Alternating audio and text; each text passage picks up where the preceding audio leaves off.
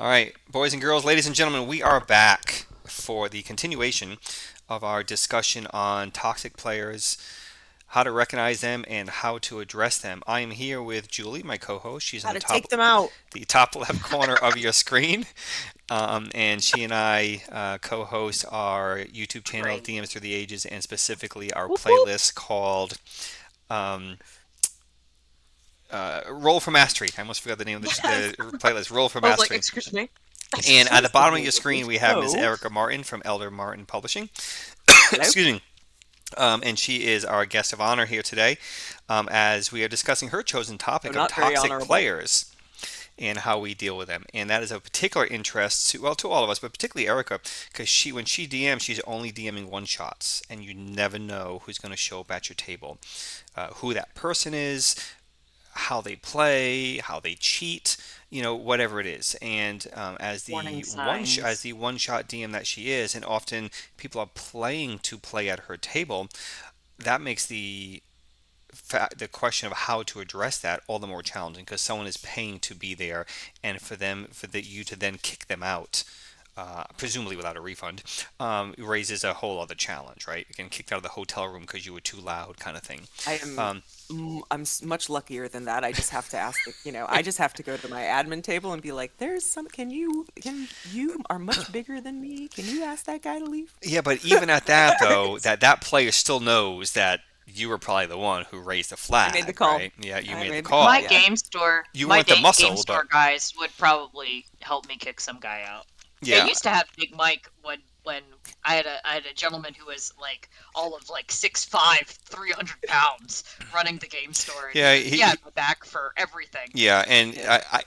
He's no longer there, but at that time, Artie was also there, and I'm sure if we really need to call upon him for a problematic child, he could Artie have is stepped law up. enforcement. Yeah, Yeah, yeah, he works with local law but he's enforcement. not He could there have. anymore on Fridays. But anyway, Well, okay. So getting back to topic, so we've Hopefully, talked about your players are not quite that toxic. no, no, no, no, no, no, God. no, no, because listen, if they were, For they would you, have been the gone listener. by now. Yeah. They would have been gone by now. So, all right. So we talked about things for the DM to look out, how to identify that toxic player, let alone the type of toxic player, but just signs and symptoms at the table, right, to identify what the toxic or when a toxic player may be present. So if you're interested in that, go back to the other video. We spent half hour or so talking about that. So continuing on with our discussion of the types of toxic players. We talked about the limelighter, which both of these ladies may qualify for on different occasions. Self-admitted now, self-admitted. So Um, guilty. then Self-awareness is a really we powerful talked about the opportunity. rules lawyer and backseat DM, and then we talked about the cheater. So those are the three that we kind of progressed on at least my list of 8 that I've qualified or identified. So the next, though, I think well, I'm not sure what number it is. I gave it to you guys, but I'm saying it's number 3. I don't know. The adversary or the enemy, someone who doesn't understand that D&D is a collaborative role-playing game, and thinks that The one the that Eric was DM talking about who before. plays as all the NPCs, the characters, the people, and also all the NPCs of the monsters, because they are NPCs, The big they bad thinks evil guy. it's one against the other. It's that player or even the party against the DM, and it's not. Right? This is just not what the game is. If you think it is, then you need to continue to watch some YouTube videos and understand what D&D is. It's not what D&D is. But some people don't understand that, and they come to the table and they want to play, and they want to be the adversary, The winner. either right, either out of misunderstanding of what the game is, or just that jerk that we talked about I think earlier, who just wants to give you a hard time and fight you on every single Break the little game on thing, purpose. and just as Julie Hmm. would say, try to break your game. Rule number Yep. one. Yeah, rule number 1 for Julie is don't break her No. game. Don't break my Break game, my she game. says. My rule number 1 actually ties into this list here as well, which is don't metagame. Like that is my thing. So years ago, quick sidebar. Years ago, like when I played as a kid, the internet wasn't around.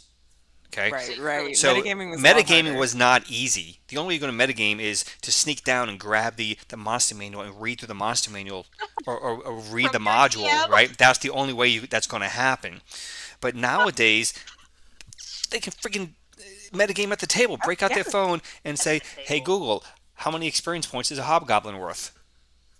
You could go to Yeah. I mean, ChatGPT and say, what that's should I not really use to metagaming, have asking the how many highest? experience Yeah. points is worth, but my point still stands, right? So, or How can I be the best what's the player? challenge rating on this? How many hit points does this guy have? Whatever it is, right? So, metagaming is much easier now than it So was easy. when I was a kid or when 1E Five first came equals. out. So easy that it's tempting, So, right? um, yeah, the temptation has certainly increased because the availability of the information is there. So, the adversary player, the enemy, so to speak. They're thinking that the DM, again, it's one against the other, and they don't have an understanding that it's not a win-lose game. It's not a competition. And It's when not. you It's someone who's trying collaborative. to be the enemy, be the adversary, they're trying to win, right? So it's not Hmm. uncommon for the adversary enemy type toxic player to also be the cheater, Right. right? Yes. So The metagamer, the oftentimes min those two will maxer. go to the adversary will be a cheater, but the cheater won't always be the adversary. Sometimes people just cheat because they I you know Are can't insecure. tell if the enemy player, if this is an example of something that is an enemy player or one of the next ones that we have on the list. Um, I had a situation at Comic-Con where it was a younger person, and we didn't lay out, the goals, obviously, of this one shot. You don't want to spoil it too much, but the party started playing, and the young person decided, I actually want to be the bad guy, and I'm going to start attacking the other players. And I was yeah. like, Ooh. Ooh. they made themselves the literal bad guy in the story because they decided, I want to be evilly aligned and just play that way I think because it that's was in more list interesting. six. The Um, anti-adventurer subverter. Yeah, I was going to say that's why I was that wondering that's if it probably was a little further on promoted in down the the list. list, but Uh, that also relates to an inexperienced player because just because you have an evil character doesn't mean you could be kill everything that non-malicious. lives, right? Yes. That's not what an evil aligned character. Even if you are chaotic evil, which is the evil of the evil, it doesn't mean you kill everything that walks. That's not what that No. means. You have your own So agenda. not understanding that is clearly what happened here. Not understanding what that means. So that is an There are ways you inexperienced can manage an it, though, inexperienced player. Well, yeah, and there's always there are ways to You go. mitigate Stop. all of No, these I told toxic him behaviors. that everybody knows if they want to be the bad guy, they have to take out the other Other bad bad guy guy, first. king of It's the king hill. So of the they hill. could be, yeah. So it was a young kid, so I was able to kind Highlander. of convince him that was the only way that they were going to be able to successfully do that. And once he had, I'm like, if you can take out the big bad, then Sure. absolutely, you can be You the get big next. bad. It's a shame the game ends right when this guy dies. Mm. See Oh you next darn. week. Yeah, see you next year.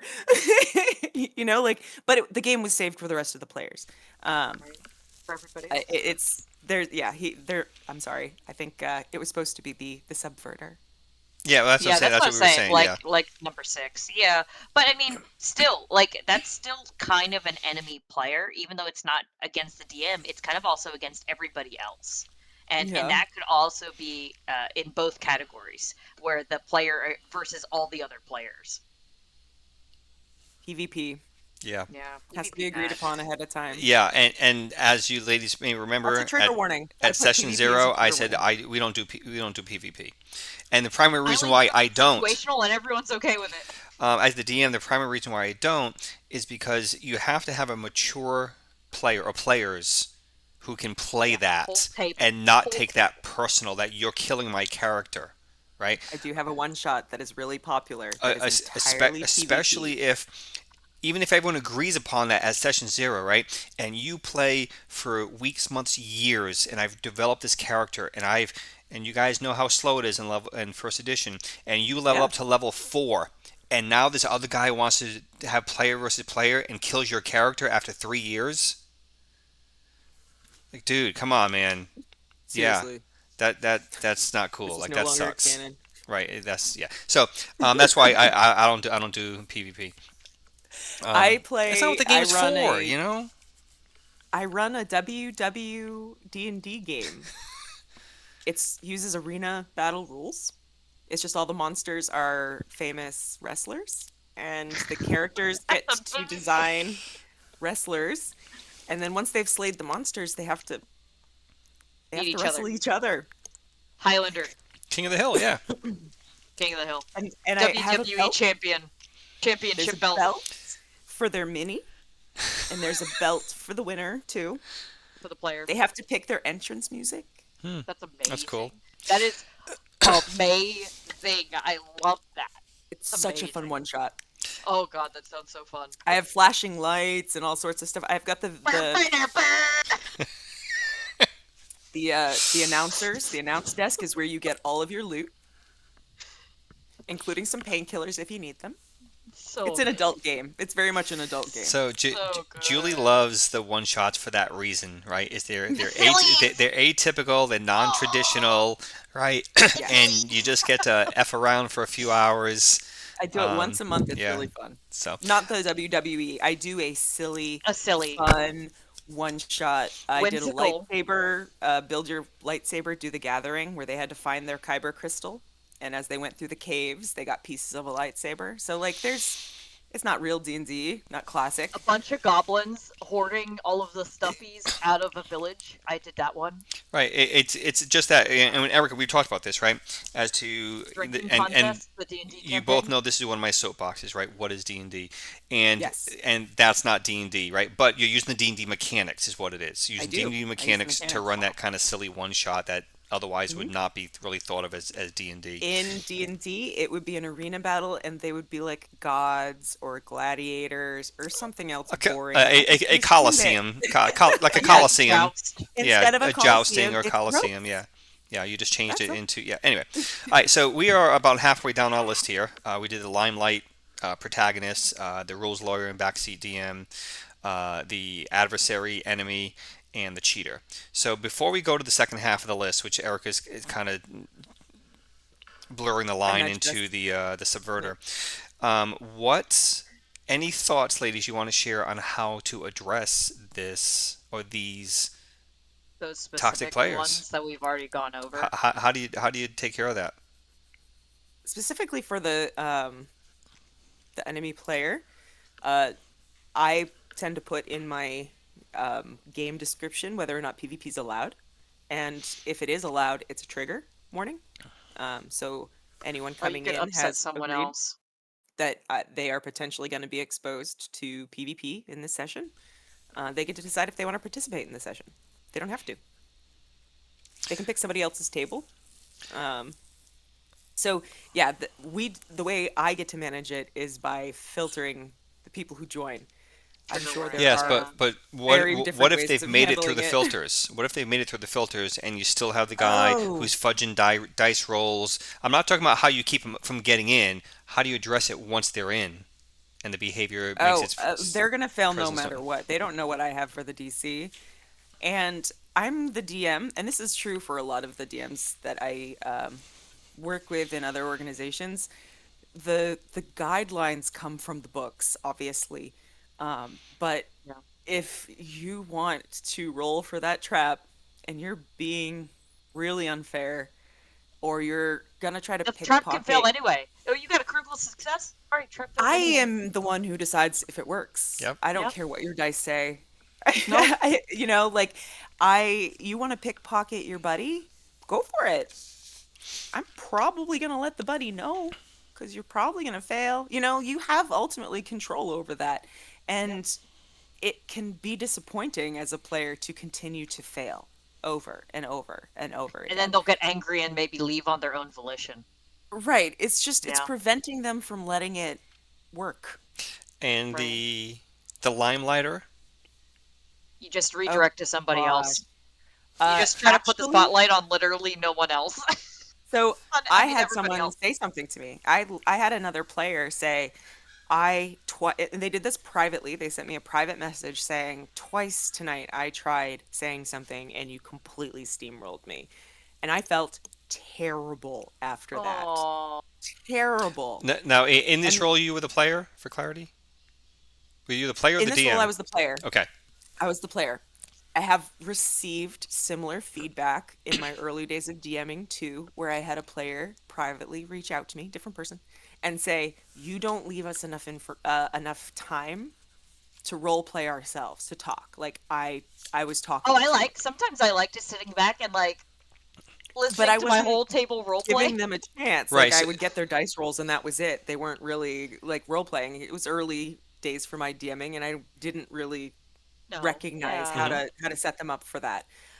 Oh, I am self-aware now, and I recognize that if I am speaking up too much because I'm enthusiastic, there are things I have to do to tone myself down, and I things like never got sitting further away, having my stuff out of reach, like maybe I put away stuff that is nice. distracting me on my table, little things like that. And for other people, for trying to prevent other people from doing it, uh, it has to be done, gracefully and with a lot of observation because there are the people who, like Julie mentioned, they're introverted. They don't want to be the limelight. They don't want to be Yeah. called on to read the passage at school. No. They're hoping the teacher doesn't make eye contact with them. They wait for it to happen naturally and they don't want to be put on the spot to have to answer a question, just because you need to share the limelight. One of the things that I've learned to do as a player is, and I had to do this yesterday because I Ask was other so players excited. questions is a good one. So I want to talk, right? But that doesn't mean I need to do the thing. So I'll sit up and be like, "Hey, rogue friend, will you come help me with this trap?" And What's I've your kind of opinion? handed over. I'm like, "I am. Yeah. This is me saying now. This is yours. This trap is yours, rogue." And What do you think of this? Give yeah. me And your if no expert one opinion. picks up what I've thrown out there, my temptation is going to be to just keep going myself. Correct. But that's also my time. That's also my like, "Hey, DM, uh, I'm clearly trying to talk and I'm Take trying this to hand away this from over. me. Help me." so a perfect example of that, Erica, is on Sunday. I think our last I don't think session. limelighters do You it on asked. I purpose. said you guys have been down this path before. This tunnel, this corridor, and there's blood, dried blood over here, which was from a previous encounter you had. And you said, "Oh, can we track anything? Can we see any footage?" And I said, "Well, that would be a good job for the ranger who does tracking, Exactly. right?" Yeah. And then Yep. then that put that in that player's hands to decide what her character Does she want would to? do. Does she want to take the time to do that or not, right? Hmm. Um, but yeah, And that's a great deflect. that's an example of that. All right. So what about And the that's a A really good deflect. symptom of a limelighter is somebody who's a magic user trying to do something like track, which is when there's a ranger on the team, right? Yeah. right? Yeah. That person's a Yeah. limelighter. They're trying to do all Yes. the Yep. jobs. And I yeah, again, I I don't think think that's a it's good as example. malicious. I don't think it's No, as malicious as the other toxic players. I think the limelighter is the least toxic because I think they're just most limelighters. There are some who are very doesn't mean toxic they're not ruining the game for for other everyone else. people, Right. but Just I because think their intent is not bad, it doesn't mean the outcome Right. isn't being It's disappointing. not defending myself. right. And and we've used some kind of sport analogies before. Working as a team, a sport, such. Ball So hog. working with a sports analogy, Ball right? hog. If I in football, if I grab your face mask, okay, that's bad. That's a penalty. It's called a face mask or a holding. I grab it and I Yeah, pull it. Okay, it may not have been intentional. Maybe I didn't mean to do it, but I still but it did still it, happened. right? Yeah. I didn't It's still a I penalty. didn't mean to hit that pedestrian with my car, but I still did. It's not just about your It intention. was an An escalated. Sometimes there's consequences for our unintentional actions. We're still held absolutely. accountable for Yeah. what we do. Hmm. They still So I'm, have an I, effect. I got uninvited to a game. Not uninvited. I never got invited back to a game. I had some friends I was at. He was an author, so I was so excited. And he Oh dear. homebrewed his own campaign, and so I was so excited. I was very vested. And I got way too vested. And then they It moved, and then happens. I never got re-invited back to that game. And that's how I knew that maybe I'm a little bit too enthusiastic and I should probably distract myself and take a Best minute to. so things we can do is recognize that in ourselves. if you're I know it's me. It's me. first thought I had for you, Erica, when you said, "Oh, when you were early DMing, you were just on to DM, you would talk too much in your place and have an opportunity to actually role play." You were you were role playing everything, right? Yep. So a thought I had in that, and this could apply to the limelighter player if they're intentional to correct their that behavior, is a sand timer. Mm. Break out the 30-second or 1 minute sand timer. You flip that over, Erica, and as the DM, I can only talk for that amount of time, and then I got to release it Yeah, back to the I do that. players. Yeah. That's a good idea. For Usually as the yourself DM, behind your screen. yeah. I mean, usually as the DM, I use it to keep the players moving, to keep the game going, And hey, That's what like, I have hey, you one guys are taking for. I too never long. thought to Here's the use it on sand timer. myself. Hurry up and do It's a great something. idea. But yeah, so that was an idea I had in there. Okay. Rules Um, lawyer is an easy one to break. You just stop playing by the rules. You just homebrew everything. Yeah. That's the same with the backseat DM. And then I guess the cheater. I guess I would hold the rest of my table behind my back. I would be like, hey, I think this guy is doing some crazy stuff. Can you guys keep an eye out and just send me Help me, some kind of please. message? Yeah. Can you like keep me posted or keep me updated and see if they actually do it? Because I can't see them all the way over there at the other end of the table. But Not when you have they can 9 roll it really players. well. right. My The other one, and my son is guilty of being a dice cheater. I Hot make him dang. use a tower. Mm. A dice tower, you can't cheat. well, And you move that dice tower to somewhere where everyone can see it. He has a giant Godzilla dice tower now. It glows in the dark. It's obnoxious, but now he Awesome. can't cheat. Make it um, tempting to not cheat. as for the rules lawyer, though, you see, Julie, your response to that was, Yeah, a I mean, homebrew, right? But yeah, just that change it. that could still further create the rules lawyering. My And game, I'm go saying that somewhere because else. I'm not sure if I have a solid answer or a way to address this. But when you said that, that was my first thing. Well, they could still argue about what it's supposed to be. Oh, you're saying homebrew, it's this, and they might still want to argue by the rules, the rules, the rules, the rules, and not be respectful that Doesn't whether it matter. It's is or my game. isn't, but it's that it's a homebrew. Yeah, You know. yeah. That would be my answer to them. Is if they wanted to keep like doing it over and over and over again, I'd be like, well, sorry, it's my game. Now I can think of one instance when that Julie showed me that her play, I think it was a one shot. Her players called her out. Not because they were being rules lawyers, but they really questioned her as to why this bad guy's not dead yet. Because like Mm. the guy was supposed to have whatever, like 20 hit points, and they've hit this guy for like 1,000 hit points, and they I don't think I understand mixed up why the he's hit not points or dead yet. something And they like said, that. Julie, like, are you sure you're doing this right? Julie, you know the I example I'm wasn't. thinking of. It definitely wasn't doing it right And at I all. mean, I we're was in, we're not new. I was infallible. very new. We're not I infallible wasn't even when we're keeping not track. new. Even when we're not new. I don't This is one of the things people get so bent out of shape about when it comes to DMs or being nervous about trying DMing because they don't know all the rules yet. None of us have all the rules No, memorized, and by the I don't. time they're memorized, they change them again, or there's a modification or something.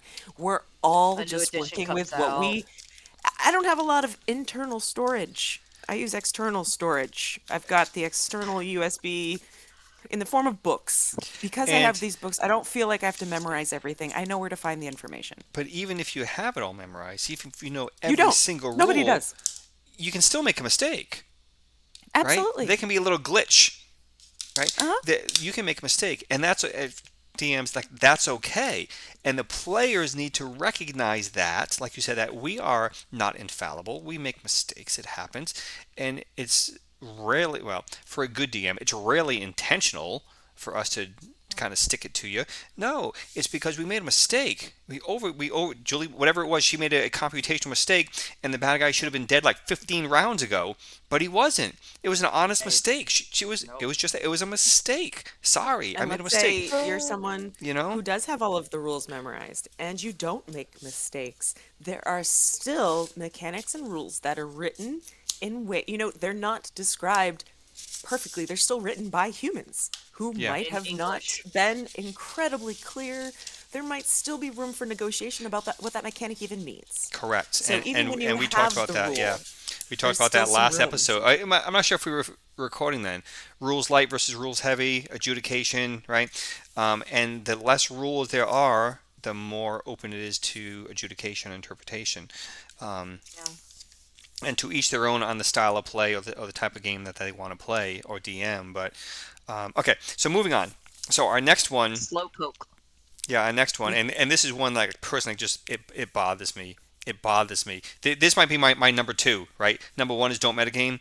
I think number one is don't metagame. Number two might be don't be the snail, the slow poke. And we don't mean like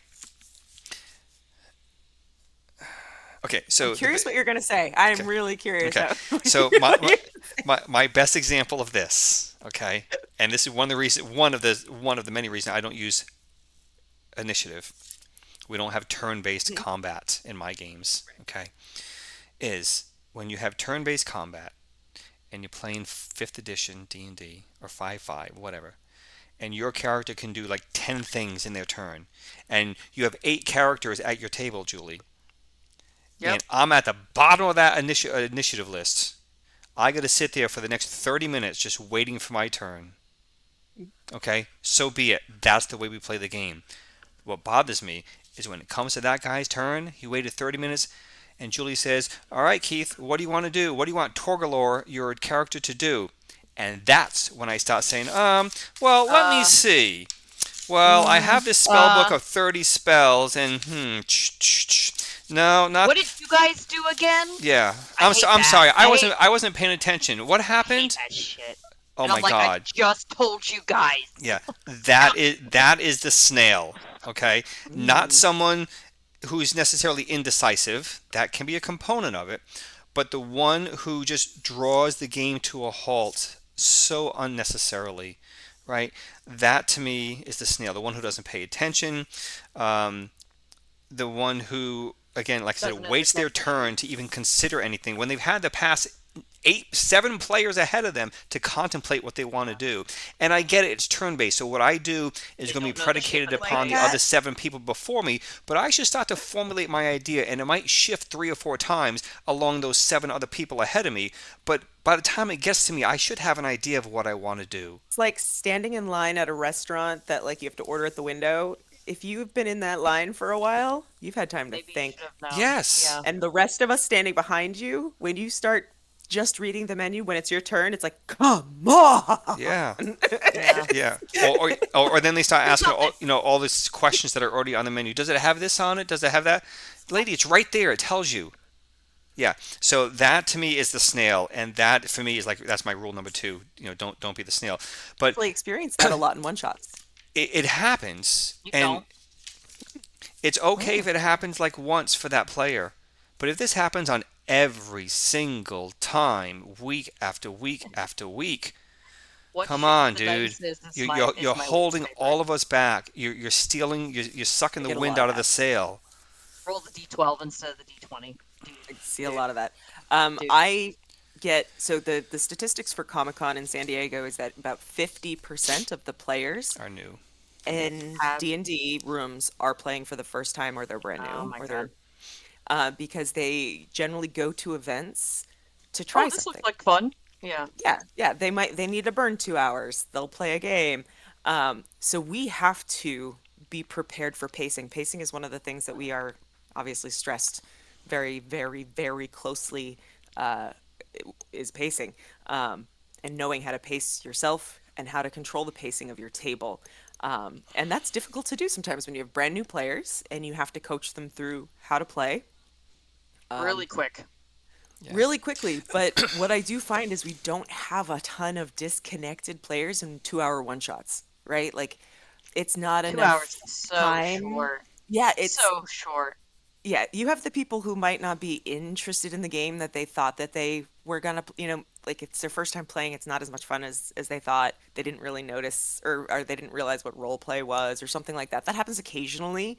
Um, but it's rare that somebody comes to just check out, and when they do, I'm gonna call my friend out on this because we talked about it today at lunch. It's usually another DM. Oh, It's not usually a Oh. new player. The new player is trying to learn. excited. Right. Yeah. They're there. It's the DM who's like, "Oh, I'll just go play D&D for 2 hours before Yeah. I go do Yeah. something." And Another it's panel. because it's something that they know really well. I've seen people fall asleep, Yeah. Yep. and it's Be- twice because okay, and been and and DMs. and I'll even circle that all the way back around to staying Was me. engaged, right? Staying engaged and having the right players, and that's why Uh-huh. for me, like I don't want the casual player, right? And that's why Hmm. both my online games, this is, and you ladies both know that Had an interview. all my players were Yes. were Yeah. handpicked, right? Yeah. For an assortment of reasons, but they were all handpicked, and that was one of my things. And Erica will certainly tell you, Erica, we know we're playing this for long term, right? It's not going to be for a few He weeks was and we're he made me done. feel so nervous. I was like, I don't think he likes me. I don't think I'm gonna be I'm not allowed to gonna play get in to his see. game. I know. I'm so wound. I was like, he's asking all these questions that make it sound like, "Are you sure you want to play with us? Keith We had might have to already do. We have to played. might try something." And I was like, "Okay, yeah, I'll try out. I'll do a tryout. Keith, That's fine." I was So I, Keith had already played in my Friday game before he asked me to play Tuesday, so like the ball was in his court instead of the other way around. So he kind of like knew me as a person already, so I didn't get hazed horrible because we were kind of totally. acquainted, but I think I got hazed a little bit. well, yeah, No, it was appropriate. It was appropriate. It told me first of all that he took his game serious. He does, yeah. Like I knew right off the bat, I'm like, this guy cares about protecting his other players, about not interrupting his game, about not screwing with the flow. Like that's fine. And if it Yeah, wasn't fine for anyone, they would have filtered out then. right. They wouldn't have correct. passed like they would Yeah. have been like, They "Ooh, I wouldn't don't want pass to the do that." intervention. You know, Yeah. and Yeah, at the risk of tooting my own horn, I think that on Sunday, and you'll agree with this, we have definitely demonstrated as a group that we look out for each other and we support each other. yeah, We yeah. really We have, do. because some of the girls have had some difficult times at home, emotionally, financially, and we've always been there for each other in varying capacities. But God, it's one of the we've best parts about we've always D&D. been there. So anyway, so That's yeah, so friendship. that's So the then, snail, yeah, I and was about to that's say, do you think we already went over number five then? Do what you was want to number move to five? number six? What was Five number? is the cheater. Oh We yeah, already yeah, yeah, have yeah. the We already talked about the cheater. cheater. Yeah. Yeah, so. Now the snail, as a point of clarity for the snail or the slow guy, that doesn't mean I don't know and I'm new. That's one thing, right? Oh, it's I'm intentional. It's more than malicious. happy to Yeah. coach you and to hold your hand, okay? At the same time, But Keith, I'm not going you to hold said your a hand really good forever. thing. What's that? I liked your point. I want when you said I want to play with people who are experienced players, you were looking for a certain experience, and that's Yes, fair. as a That's a player, fair yes. thing to request. And what we do in our monthly women's organization things is, in addition to giving like the rating plus the trigger warnings, we also say, is this written beginner friendly? Is this a mix? Is this for Right. experienced players? So that we Oh, the can level of difficulty. Yeah. because I try to do every 6 months a brand new level three, like new player trying stuff out, and I will write it. I do it screen free. There's no DM screen. It's almost like an open book game. It's sort of an Follow along. intro, yeah, an intro to Yeah. D&D where I'm gonna run my thing, and it's gonna be okay if we only get through two encounters.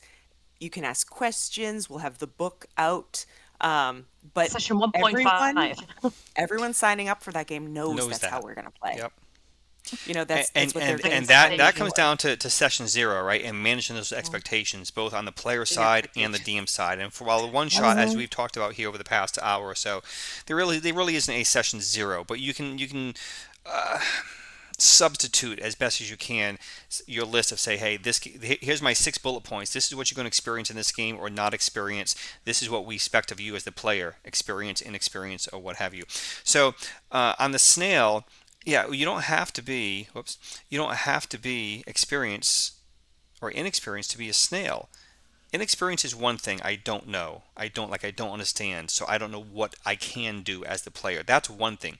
But if we've told you this after every round for 5 combats for 5 weeks and you're still clueless, then You're either doing it intentionally. this is not going to work for you.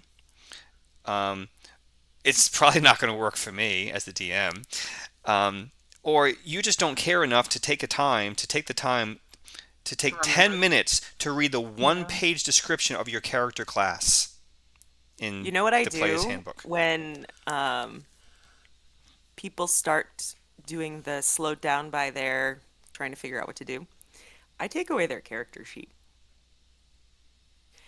Reason I do that I was is about to say, that's because, pretty aggressive. oh yeah, no, I don't take it away. I flip it over.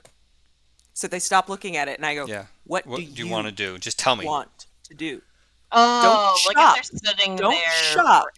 Like, we're forever. flipping this over. Stop looking at this. What do you want to do? And we'll figure it out after. We'll figure it out how to make it work. You Yeah, I'll tell tell me you how right to make it now work. in this What do you want? situation, what do you want to do?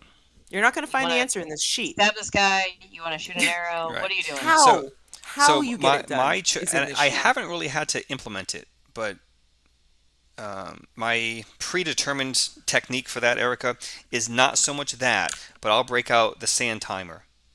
right? Oh, yep. At whatever it is, 30 seconds, 60, whatever I And think is if they don't fair. do it, That And then if you the works don't do turn it, is really well. passed. you lost. Combat is That works continuing well for without you. experienced players. If you're worried if the person is taking a long time because they don't know, Right. that's why I flip the sheet Yeah, because they're I agree. scouring the sheet looking for the answer. Right. The what is the perfect thing to do right now, and they're getting absolutely sidetracked by all their options.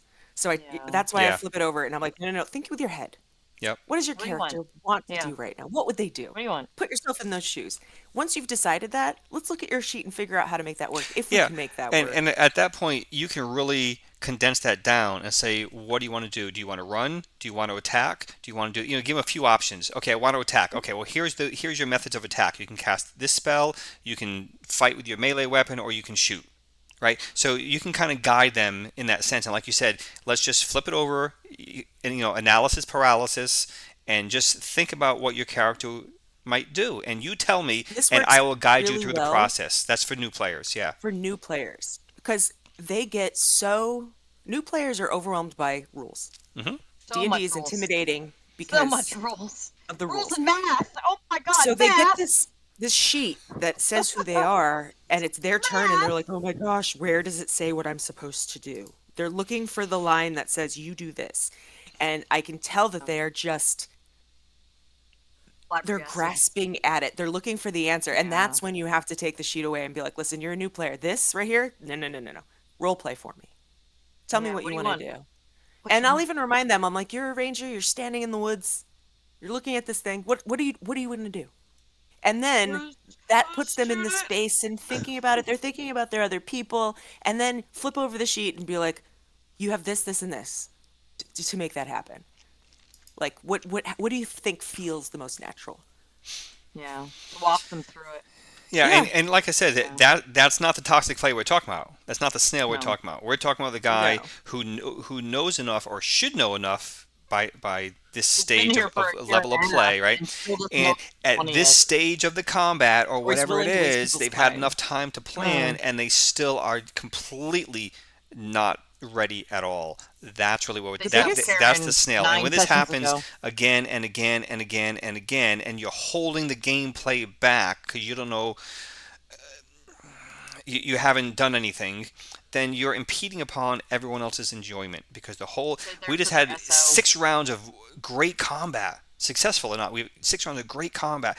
We had fun with it. We're rolling. We're describing it, and now we come to you, and everyone just has to stop because you haven't considered at all what you want to do. I will That's say, the my problem. fiance is a snail because I force him to play Dungeons and Dragons sometimes. And he really doesn't want to be there and doing that, and so he gets really like slowed down because he really doesn't want to be Because he there doesn't want to doing be there at that. all. Yeah. So he's Yeah, not the I But I toxic player. forced him to Yeah. be there. so the reason that one bothers me is because the hardest part about D&D is getting everyone together to play it.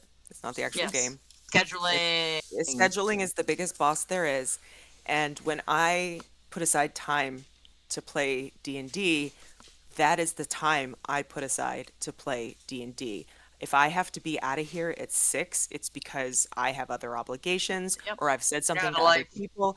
And if people aren't respecting my time by just assuming it's fine to just, and I don't mean this happens kind of a lot in our Sunday game, but it's a little bit easier Yeah, in the Sunday game, by just continuously going over, continuously not caring about what other people's lives have after the agreed upon assignment, that drives me bonkers. And I put that in the slowpoke category because they're not being considerate Hmm. of of the others. game and the amount of Yeah. time people have put aside to make this happen. And I only get to play because I respect those borders. That if I weren't respecting those time constraints, my significant other would never be cool with me playing 4 days a week. It's because I respect those boundaries and I And hold to them when you that it have, becomes I'm sorry, when you're playing a one shot, when you dovetailing what you Two said, you have a hours. definitive start and a definitive finish. 2 hours, 3 hours, whatever it is. It's not an ongoing Hours. campaign where we can just continue this next week, right? right. Start to finish, okay? And worse yet, if I paid to be there and this guy is friggin' dicking around and wasting all my valuable game time and everyone else's because they didn't even consider. It's one thing not to know, it's one thing to be new. But when you were doing nothing while everyone else was making their way around and now it's over to you and you did nothing to anticipate that when you knew it was coming, Oh my God, dude, get the door's right there. No, no. So again, No, for I me, know. I that's take like number my two. D&D time. That's number two. This is my D&D time. Yeah. Number 6. Okay, moving on. Next up. Actually, I don't know what I have because I think my notes are We touched on number slightly 6 different. already. The anti-adventurer, the subverter. The one I'd who Oh, wants yeah, assume to yeah, that yeah. someone, PvP or Okay, so the person who wants to PvP, the person who wants to pick pockets, the well, no, person who wants to I push was kind characters of against in other my mind that characters, a couple things in there. It was the guy who wants to waste too much time, picks a like you fight, said, investigating, reinvestigating, and you wasting time.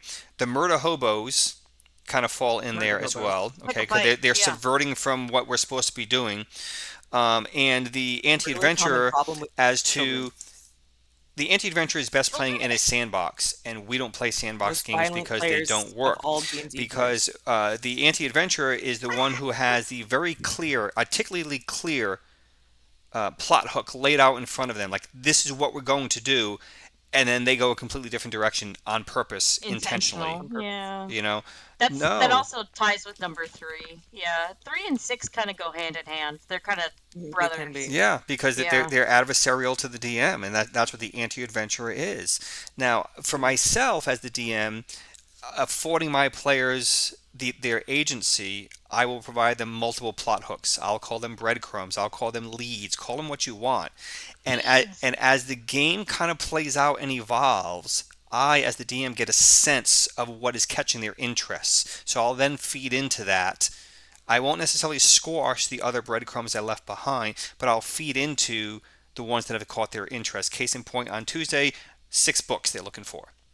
Okay, Yeah. but We so imagined filling them up they with have already books. decided what they want the game to be, or I haven't, or I shouldn't say already decided. They have now decided what they want the general purpose The of the most entire campaign of the adventuring party's interesting career to plot. be, was to find these books. Okay, now if Cool subject so matter. I gave them that plot hook, right? That direction that hey, we could go this way if you want. But if they and I gave them two or three, I couldn't even tell you what they were, but I presented them with two or three different things, right? And if they went a completely different direction, okay. But if we then said, hey, we're going to go this direction, and I, as the DM, and as you guys both know, I stopped prepping for this. I stopped planning for this. This is our overall story arc. I need to, in my Changed mind, I need to the come up with a idea. story behind all this because it didn't exist 2 sessions ago. I have no idea. Okay, they're looking for 6 books. Where the hell are these books? I have no idea. So I, as the DM, I have to stop planning all this. I have to insert this book here and here and here. And if they then decide after 2 books, hey, we don't want to do those books anymore, dude, like, what are you doing to me? Or just the same, if they all agree, hey, we're going to play this campaign, we're going to play Curse of Strahd, okay, we're going to play the Isle of Dread, right? And I stopped prepping for Isle of Dread because that's what they said they want to do. Even though we had discussed the possibility of A, B, and C, they said, yeah, let's do this one. And I stopped prepping for that one, and then they say, no, no, let's go to that town over there and do that one instead. Dude, what the fudge, man? No, Well, yours exists all in the same like area. in A the lot of in the the same 5e ones world. don't necessarily. A lot of them do, but a lot of them don't. And so sometimes that doesn't happen in 5e. I also think like something along the lines of even more like minuscule, like where you're in a town and you go in some random building that you haven't prepped, or you know that they know that you haven't prepped. Like, oh hey guys, that's the other side of the city. You know, I haven't quite gotten there, and you're open with them, and they intentionally go there because you told them you don't Oh, have it that's just prepped. mean. Well, and Well, that's a number 6. That's an intentional subverter. He Yeah. knows you fucked up, and he's going to push it intentionally. He's yeah, gonna So be the like, okay, murder well, hobos. tell me I the Interesting too. entire I tavern would owner's life the history. only Come thing on, give I'll it to me. toss into that argument, Julie, What's his name? is that could be What's his name is Keith's favorite. who? What are you talking about? What's his name? What's Who's that guy's name? who? What are you talking Oh, about? what's that? Oh yeah yeah Anytime yeah any yeah player asks you that. yeah. Oh. So when I give advice to new DMs, I tell them the Name post-it name. everyone. No, just have a list. Have a post-it with a Oh. list of Oh, random I things do. that I they're have a gonna whole do when they page of play. DM names. screen. I have a whole page of Absolutely. names Someone's going to for that ask. reason. Yep. And they're going to ask about a dog, or they're going to ask about a Yep. person or a building. They're going to It ask doesn't of matter. any insignificant character. They're going to ask their Plant. name. And if you show them a hint that it isn't already named, you just metagamed for them by telling them it wasn't important enough to you, The DM, that yeah. it isn't prepped or it isn't something. So anyone who is playing to win are going to be like, "Ooh, that's not important.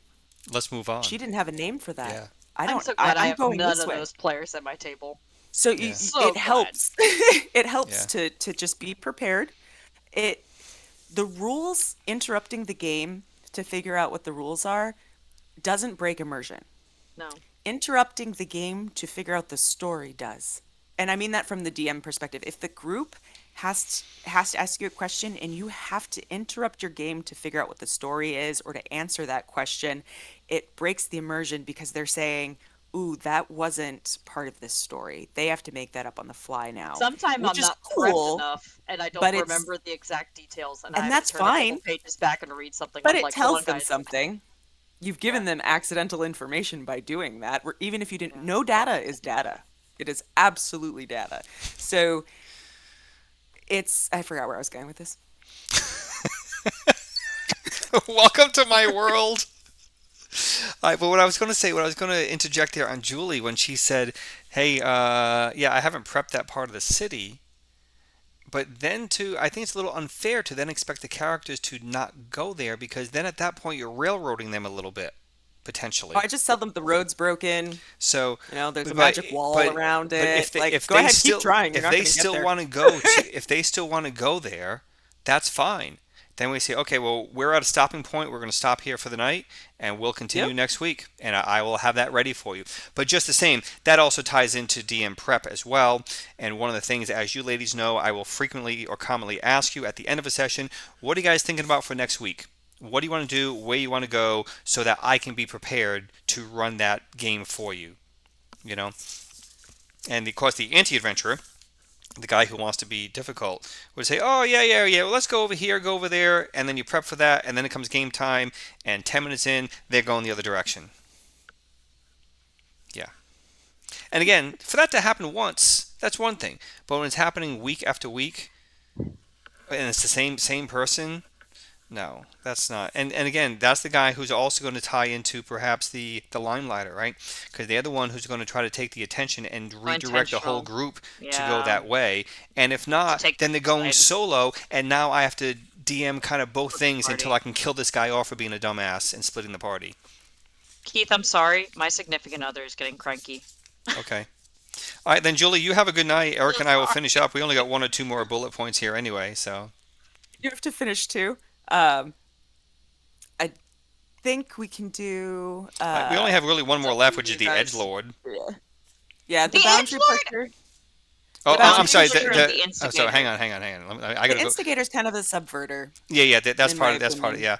yeah. The last Yeah, part one of was 6. the boundary pusher. So the edge lord boundary pusher. Yeah, the one who pushes the limit of the players in the DM, right? And this goes back to what you've been talking about again and again tonight, Erica, about your precursors for your pseudo session zero going into Yeah. your one shots, right? So this is the player who's going to push the limits of their graphic detail of the blood and gore.